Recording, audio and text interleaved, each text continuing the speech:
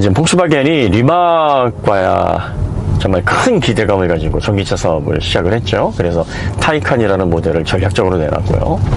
그 다음에 911을 뺀 나머지를 전동화하겠다 발표를 한 지가 꽤 오래됐는데, 마카는 진작에 나왔어야 되는데 안 나오고 있고요. 안 나오는 게 아니라 지금 못 나오고 있는 상황이죠. 파나메라 전기차도 나온다는 시기가 훨씬 지났습니다. 안 나오고 있어요.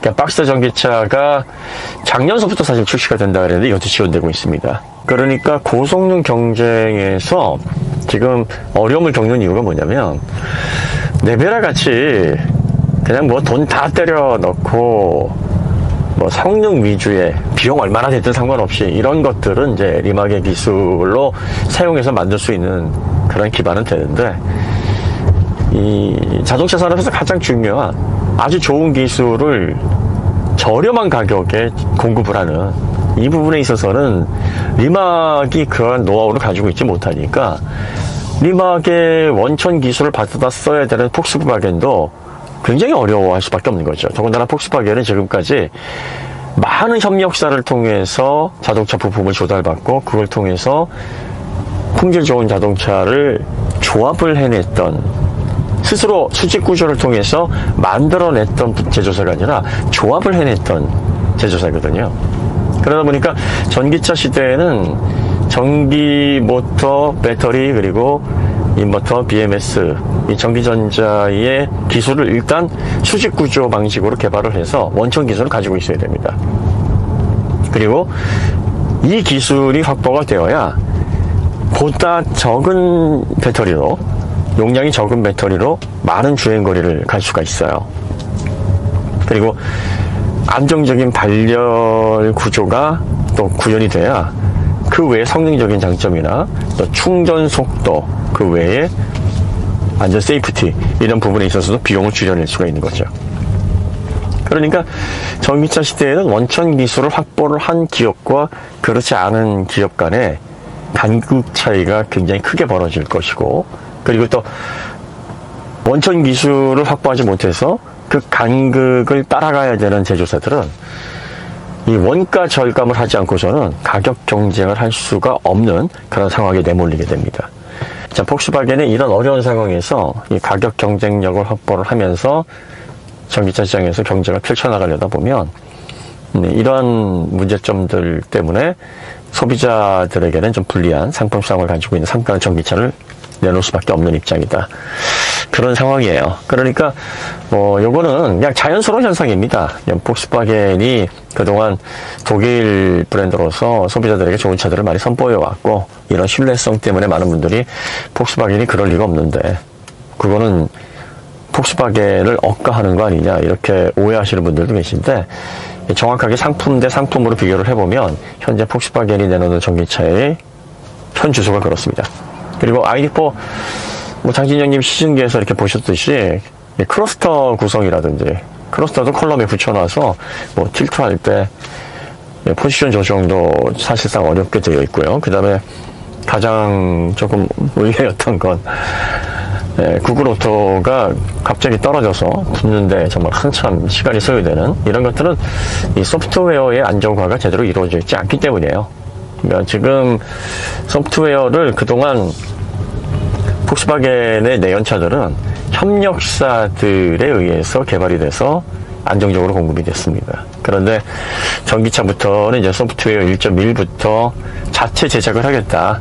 헤르베르트 디스 회장 체제에서 전동화에 따른 하드웨어와 소프트웨어를 다 폭스바겐이 전략적으로 추진하겠다라는 그런 정책을 야심차게 추진을 했었거든요.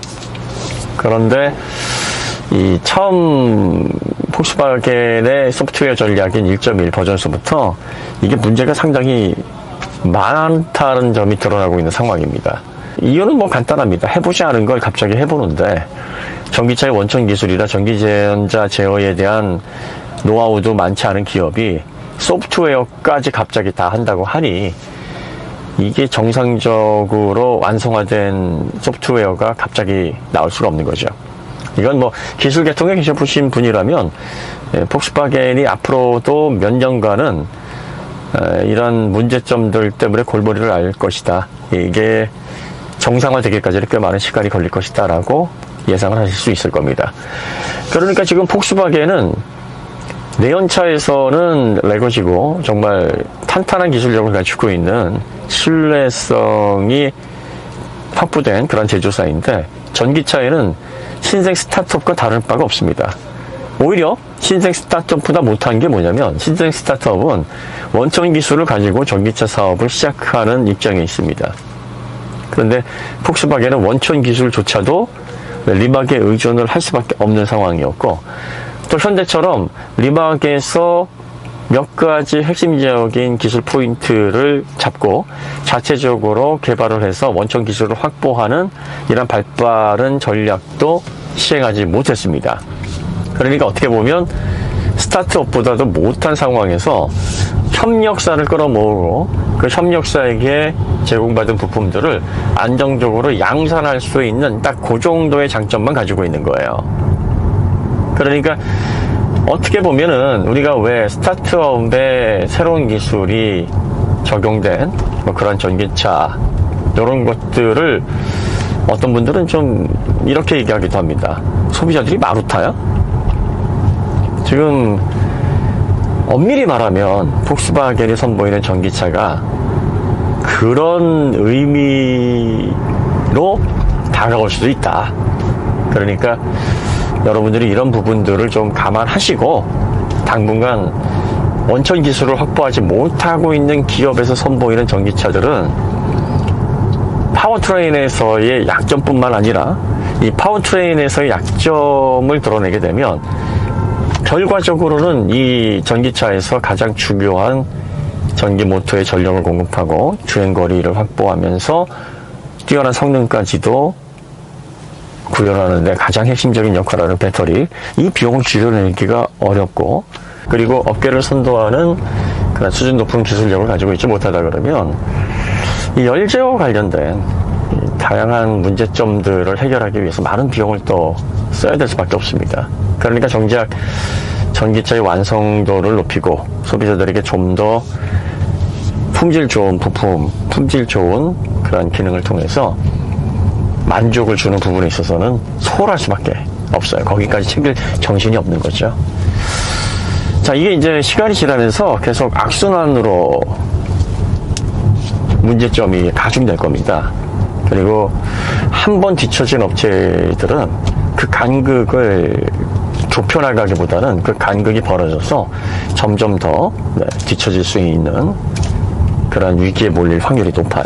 얼마 전에 폭스바겐이 ID2All을 발표를 했는데요. 이 ID2All은 굉장히 폭스바겐에게 어려운 과제입니다. 사실 유럽에서 25,000유로의 자동차를 생산하는 것도 쉽지가 않은데 이게 또 전기차를 생산하겠다는 겁니다. 더군다나 이 25,000유로 반값 전기차는요, 원천 기술을 가지고 있고 그 원천 기술을 통해서 이미 자동차 관련된 개발비를 거의 환수해서 손익분기점에 도달했기 때문에 이제는 대중화해서 전기차를 저렴하게 만들어도 영업이익에 큰 문제가 없으니 저변 확대를 지금부터 시작하겠다라고 시장을 선점한 기업이 할 수 있는 정책입니다. 그런데 폭스바겐은 지금 원천 기술도 제대로 갖추고 있지 못하고 또 전기차를 만들어서 판매를 하면서 그로 인한 영업이익도 제대로 확보를 하지 못하고 있는 상황에서 무조건 하겠다고 하는 거예요.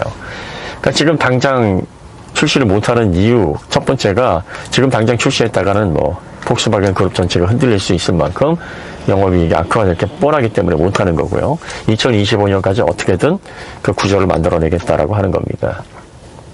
그러니까 여기에서 또 얼마나 많은 수고를 짜는 그런 수준의 원가 절감이 이루어지고 그리고 또 예기치 않은 이슈들이 생길까 여러분들이 한번 생각을 한번 해보셔야 됩니다. 그러니까 폭스바겐이 내연차를 기반으로 해서 새로운 차를 만들고 이 차를 반값으로 만들어서 확대하겠다 이런 선언을 했다 그러면 그거는 믿을 수 있어요. 하지만 전기차와 관련해서는 조금 더 확인해 보시고 철저하게 과연 쓸만하고 믿을만하고 원가 절감 너무 심하게 되지 않아서 소비자들이 사용하는데 큰 문제가 없는 그런 수준의 전기차를 과연 공급할 것인가, 이런 부분 꼭 확인을 해보셔야 됩니다. 테일게이트와 관련해서는 뭐 이렇게 해서 정리를 하시면 되지 않을까 싶습니다. 오늘 이야기는 여기서 마치도록 하고요. 다음에 더 좋은 콘텐츠로 찾아뵙도록 하겠습니다. 감사합니다.